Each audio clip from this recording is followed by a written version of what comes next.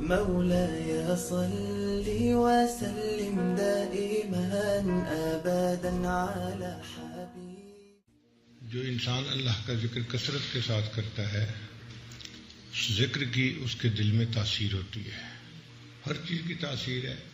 آگ کی تاثیر چیز کو گرم کر دینا، برف کی تاثیر چیز کو ٹھنڈا کر دینا، اسی طرح ذکر کی بھی تاثیر ہے،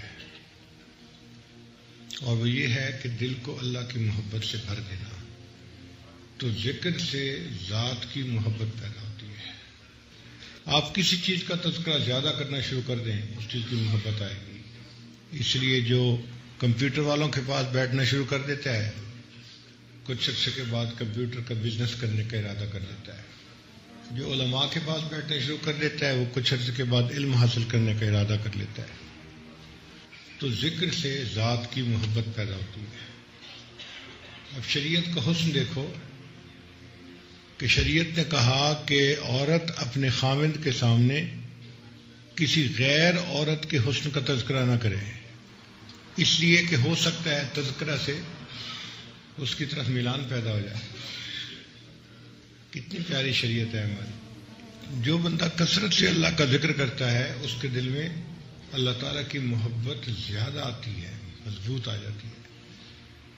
اور جب اللہ تعالیٰ کی محبت مضبوط ہو جاتی ہے پھر اللہ تعالیٰ کی رضا حاصل کرنے کی فکر لگ جاتی ہے. اللہ کو راضی کرنے کا جی چاہتا ہے. محبت کی وجہ سے ماں بچے کو ہر وقت اپنے پاس رکھتی ہے، اس کا ہر کام کرنا اپنے لیے خوشی سمجھتی ہے.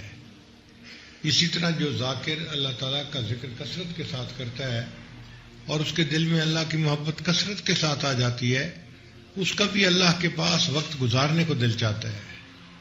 اور اللہ کے ساتھ وقت گزارنا ذکر مراقبہ کرنا، نماز پڑھنا، تلاوت کرنا. چنانچہ جو بندہ قرآن پاک پڑھتا ہے ایسے ہے جیسے وہ اللہ کے ساتھ ہم کلامی کر رہا ہے. حدیث پاک سے ثابت ہے. بندہ پڑھتا ہے الحمدللہ رب العالمین، اللہ تعالیٰ فرماتے ہیں حمدنی عبدی، میرے بندے نے میری حمد بیان کی. ہم کلامی ہوئی نا، سوال ادھر سے بات ہو رہی ہے ادھر سے جواب مل رہا ہے. پھر جو بندہ اللہ تعالیٰ کے ذکر میں بیٹھتا ہے تو اللہ تعالیٰ فرماتے ہیں کہ میں اس کے پاس ہوتا ہوں، میں اس کا ہم جلیس ہوتا ہوں.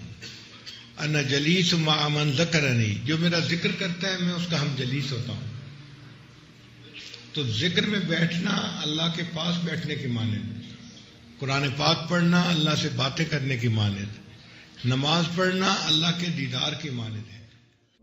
رباه عفوك إني للنور مدت يداي نزعت أسرى قلبي